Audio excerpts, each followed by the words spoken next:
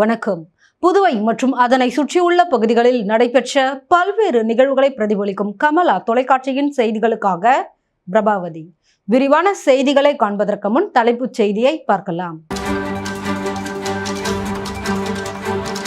காமராஜர் பிறந்தநாள் மற்றும் ஓவிய போட்டி பரிசளிப்பு விழா. பரிசுகளை வழங்கினார் முன்னாள் சட்டமன்ற உறுப்பினர் வைத்தியநாதன். கடற்கரை சாலையில் காரில் அதிவேகமாக சென்ற சுற்றுலா பயணி மன்னிப்பு கேட்கும் விழிப்புணர்வு வீடியோ வெளியீடு.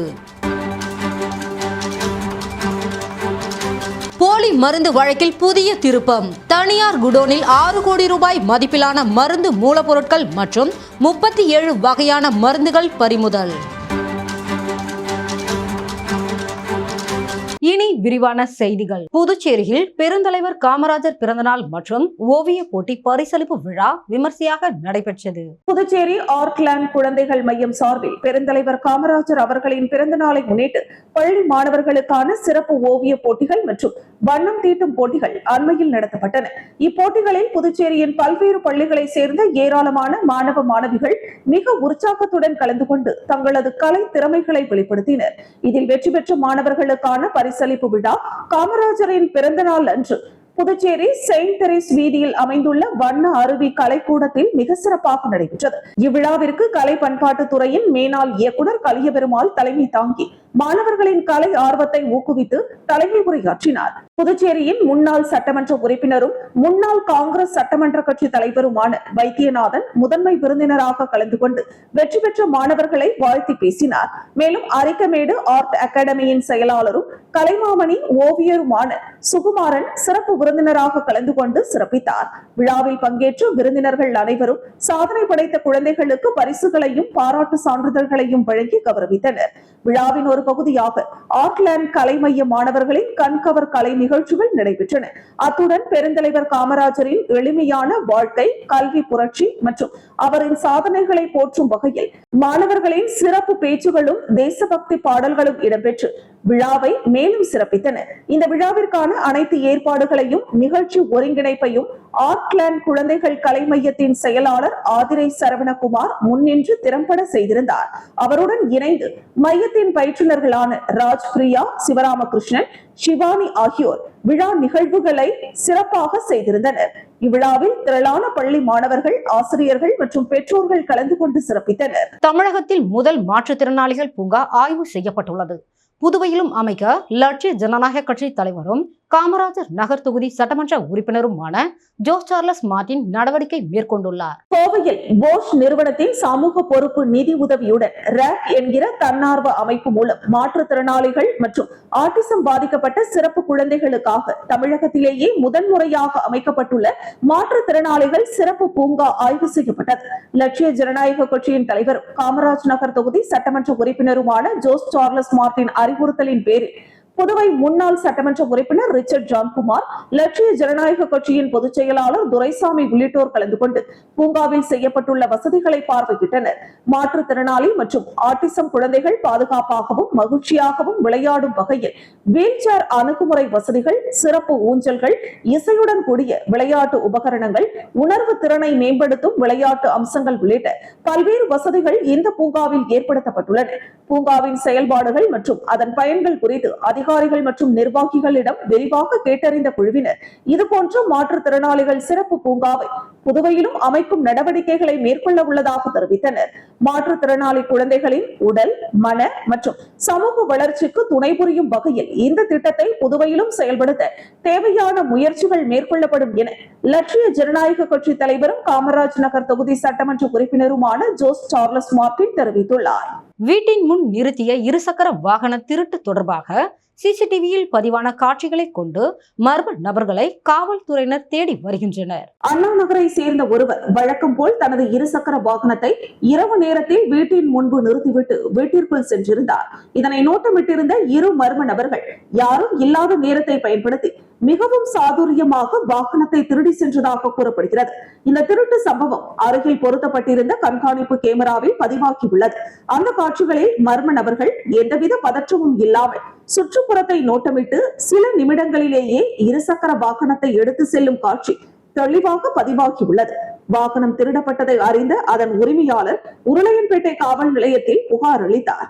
அதன் அடிப்படையில் வழக்கு பதிவு செய்த காவல்துறையினர் சிசிடிவி காட்சிகளை கைப்பற்றி அதில் பதிவான மர்ம நபர்களின் அடையாளத்தை கண்டறியும் பணியில் தீவிரமாக ஈடுபட்டு வருகின்றனர்.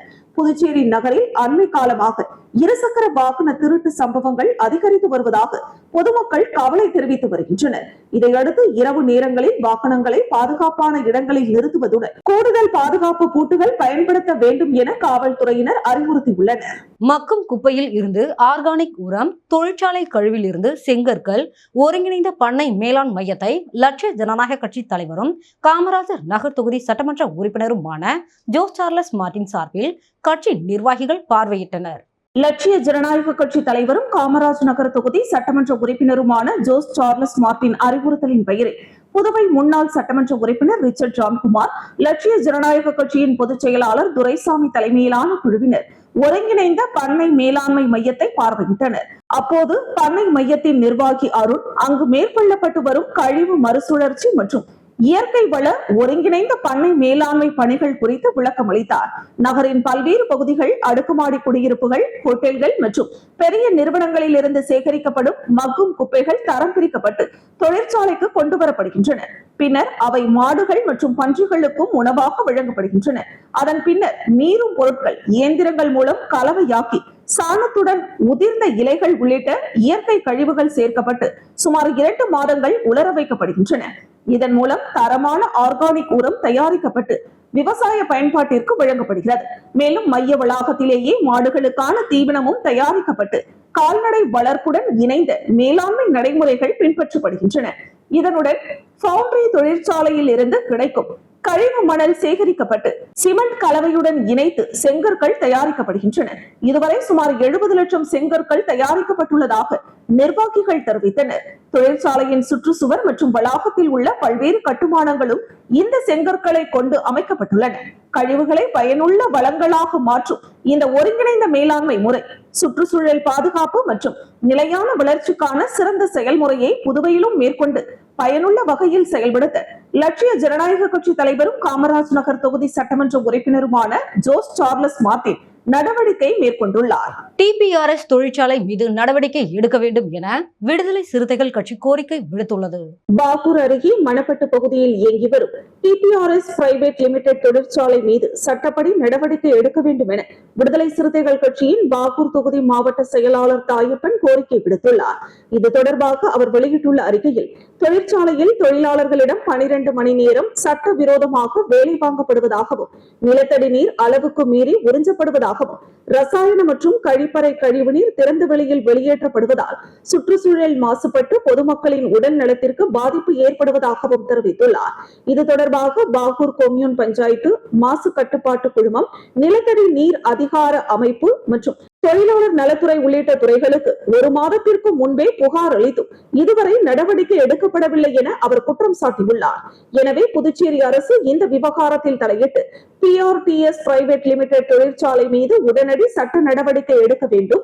மேலும் நடவடிக்கை எடுக்க தவறிய பாகூர் கொம்யூன் பஞ்சாயத்து ஆணையர் மற்றும் சம்பந்தப்பட்ட அதிகாரிகள் மீது உரிய ஒழுங்கு நடவடிக்கை எடுக்க வேண்டும் என தாயப்பன் கோரிக்கை விடுத்துள்ளார். ஒதியம்பட்டில் 72 லட்சம் ரூபாய் மதிப்பிலான குடிநீர் திட்ட பணிகளை சட்டமன்ற உறுப்பினர் ரவிக்குமார் திறந்து வைத்தார். புதுச்சேரி மாநிலம் வில்லியனூர் கொம்யூன் பஞ்சாயத்திற்குட்பட்ட ஒதியம்பட்டு வருவாய் கிராமத்தில் அமைந்துள்ள மகேஸ்வரி நகர் விரிவாக்கம் மற்றும் விஸ்வேஸ்வரி நகர் பகுதிகளில் நிலவி வந்த குடிநீர் பற்றாக்குறையை போக்கும் வகையில் மேற்கொள்ளப்பட்ட புதிய குடிநீர் திட்ட பணிகளின் திறப்பு விழா சிறப்பாக நடைபெற்றது. புதுச்சேரி பொதுப்பணித்துறையின் பொது சுகாதார கோட்டம் மூலம் 29 லட்சம் ரூபாய் மதிப்பீட்டில் புதிய ஆழ்துளை கிணறு, நீர் உந்து மோட்டார் மற்றும் ஜெனரேட்டர் அமைக்கும் பணிகள் மேற்கொள்ளப்பட்டன.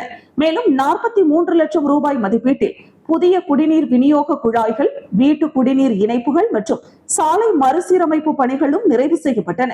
மொத்தம் 72 லட்சம் ரூபாய் மதிப்பிலான இந்த பணிகளை முதலமைச்சர் ரங்கசாமியின் ஆசியுடன் வில்லியனூர் தொகுதி சட்டமன்ற உறுப்பினர் ரவிக்குமார் தலைமையில் நடைபெற்ற விழாவில் திறந்து வைக்கப்பட்டு பொதுமக்களின் பயன்பாட்டிற்கு அர்ப்பணிக்கப்பட்டன. இந்த திட்டத்தின் மூலம் மகேஸ்வரி நகர் விரிவாக்கம் மற்றும் விஸ்வேஸ்வரி நகர் பகுதிகளை சேர்ந்த சுமார் 1500 பொதுமக்கள் சீரான குடிநீர் வசதியை பெறுவார்கள் என தெரிவிக்கப்பட்டது.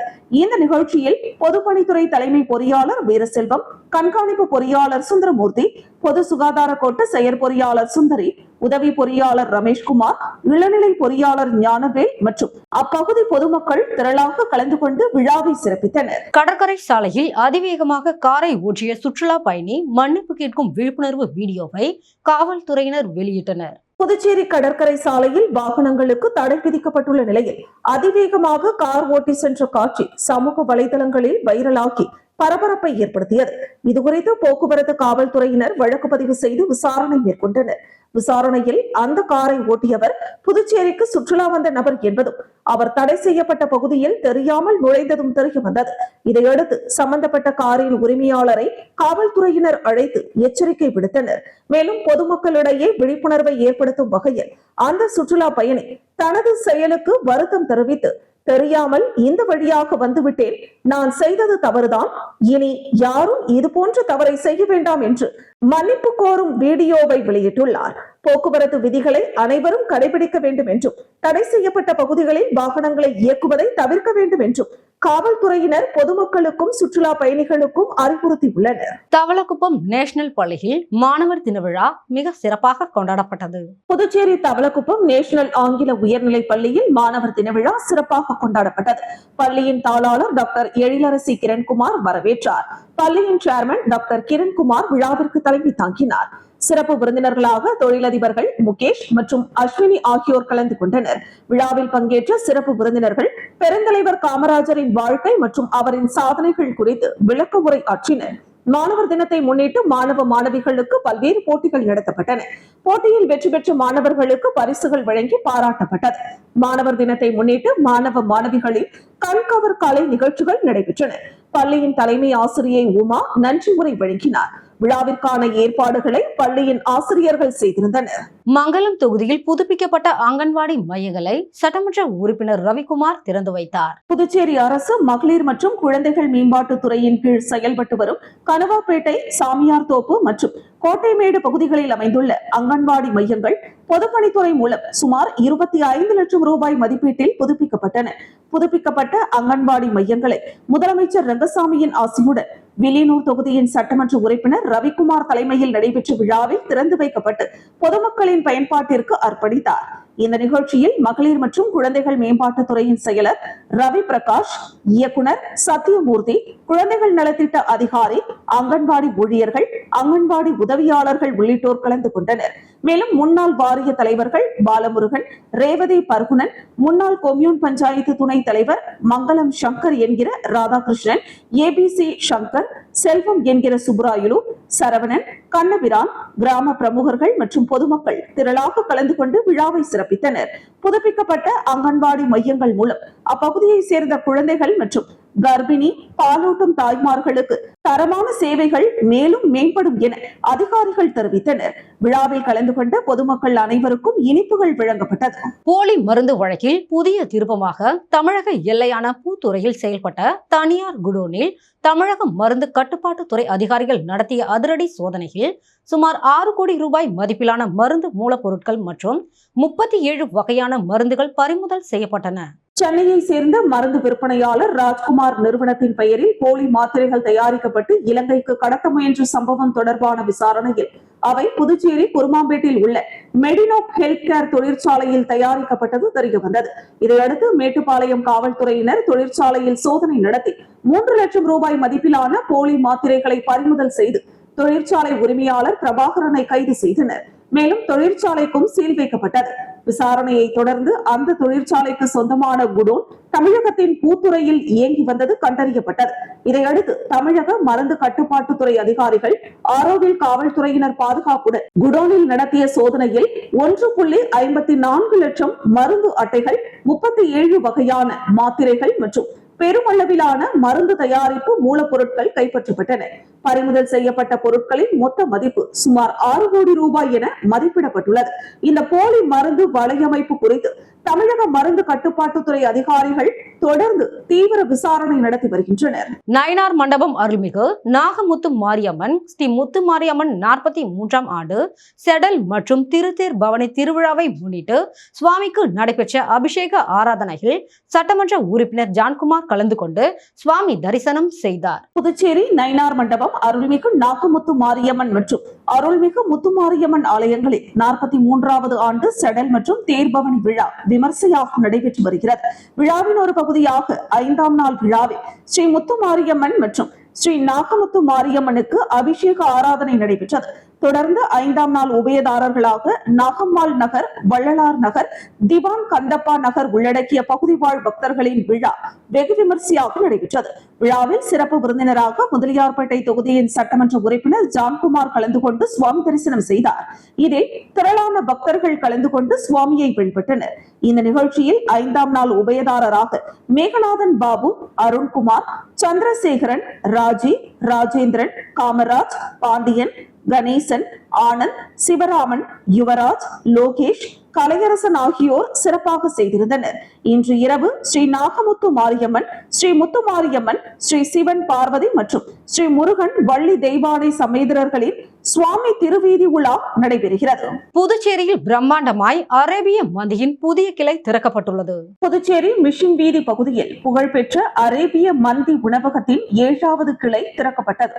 திறப்பு விழாவை முன்னிட்டு அப்பகுதியில் மந்தி பிரியாணியின் சுவையை ரசிக்க ஏராளமான பொதுமக்கள், நண்பர்கள் மற்றும் குடும்பத்தினர் நீண்ட வரிசையில் காத்திருந்து ஆர்வமுடன் மந்தி விருந்தை அருந்தினர். திறப்பு விழா குறித்து உணவக ஊழியர்கள் தெரிவிக்கையில், குறைந்த விலையில் தரமான உணவை மக்களுக்கு வழங்க வேண்டும் என்பதே எங்களின் முதன்மையான நோக்கம். பொதுவாக பிரியாணி என்றாலே தனித்தனியாக உண்பதை விட ஒரு குழுவாக அல்லது குடும்பமாக அமர்ந்து உண்ணும் கலாச்சாரம் தற்போது அதிகரித்து வருகிறது. மந்தி என்பது வெறும் உணவு மட்டுமல்ல, அது மக்களை ஒன்றிணைக்கும் ஒரு கலாச்சாரம். நண்பர்கள் மற்றும் குடும்பத்தினர் இணைந்து அமர்ந்து சாப்பிடும் போது அந்த உணவின் சுவையும் மகிழ்ச்சியும் இரட்டிப்பாகிறது. இதனால்தான் அரேபியன் மந்தி மக்கள் மத்தியில் இவ்வளவு வரவேற்பை பெற்றுள்ளது என்று நெகிழ்ச்சியுடன் தெரிவித்தனர். மிஷின் வீதியில் அமைந்துள்ள இந்த புதிய கிளையில் தரமான மசாலா பொருட்கள் மற்றும் தனித்துவமான அரேபிய சமையல் முறைகளை கையாண்டு மந்தி தயார் செய்யப்படுவதால் முதல் நாளிலேயே உணவு பிரியர்கள் மத்தியில் அமோக வரவேற்பு கிடைத்துள்ளது. 300க்கும் மேற்பட்ட ஓவியங்கள் காட்சிப்படுத்தப்பட்டு அரியாங்குப்பத்தில் மாணவர்களின் ஓவிய கண்காட்சி துவங்கப்பட்டது. புதுச்சேரி அரியாங்குப்பம் அசோகராஜ் அண்ணம் கலையரங்கில் சுராஜ் ஆர்ட்ஸ் அகாடமி மாணவர்களின் 3வது ஆண்டு ஓவிய கண்காட்சி நடைபெற்றது. இந்த கண்காட்சியில் 300க்கும் மேற்பட்ட மாணவர்களின் ஓவிய படைப்புகள் காட்சிப்படுத்தப்பட்டு பார்வையாளர்களை வெகுவாக கவர்ந்தன. இயற்கை, விலங்குகள், சமூக விழிப்புணர்வு, கலாச்சாரம் உள்ளிட்ட பல்வேறு தலைப்புகளில் மாணவர்கள் வரைந்த படைப்புகள் இடம்பெற்றிருந்தன. கண்காட்சியின் சிறப்பு விருந்தினர்களாக மணவெளி சட்டமன்ற உறுப்பினர் ராமு மற்றும் பத்மஸ்ரீ விருதாளர் முனுசாமி ஆகியோர் கலந்து கொண்டு கண்காட்சியை பார்வையிட்டு மாணவர்களின் திறமைகளை பாராட்டினர். பல்வேறு வயதுடைய மாணவர்கள் தங்களது தனித்துவமான ஓவியங்களை காட்சிப்படுத்திய இந்த கண்காட்சி பொதுமக்களிடையே நல்ல வரவேற்பை பெற்றது. கலைத்திறனை வளர்க்கும் வகையில் இத்தகைய கண்காட்சிகள் மாணவர்களுக்கு ஊக்கமளிப்பதாக சிறப்பு விருந்தினர்கள் தெரிவித்தனர். திண்டிவனத்தில் தமிழ் மாநில காங்கிரஸ் கட்சி சார்பில் கர்ம வீரர் காமராஜரின் பிறந்தநாள் விழா வெகு விமர்சையாக கொண்டாடப்பட்டது.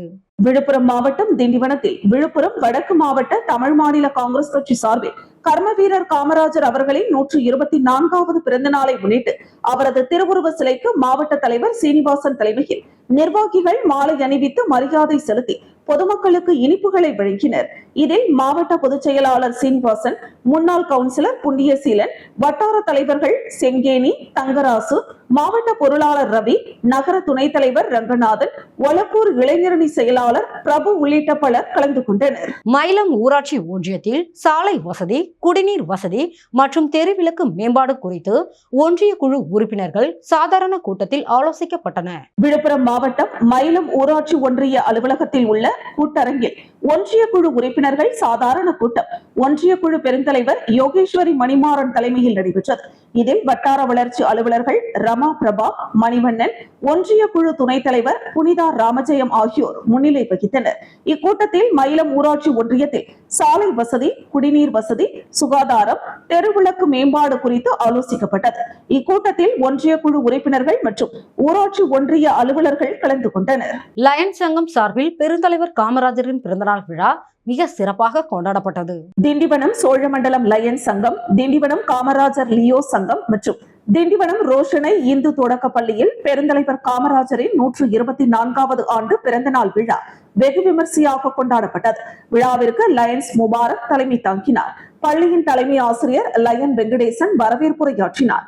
விழாவில் பள்ளியின் மாணவ மாணவியரின் கட்டுரை போட்டி, ஓவிய போட்டி, கவிதை போட்டி, பேச்சு போட்டி, பாடல் போட்டி நடத்தி அவர்களுக்கு சங்க நிர்வாகி லயன்ஸ் அன்னை சந்தானம் பரிசு பொருட்களும் சான்றிதழ்களும் வழங்கி சிறப்புரையாற்றினார்.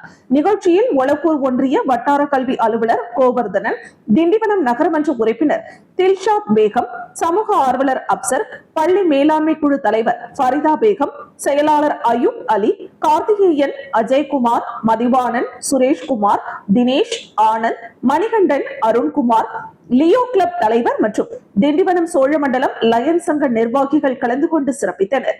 இறுதியில் பொருளாளர் இப்ராஹிம் நன்றி உரை கூறினார்.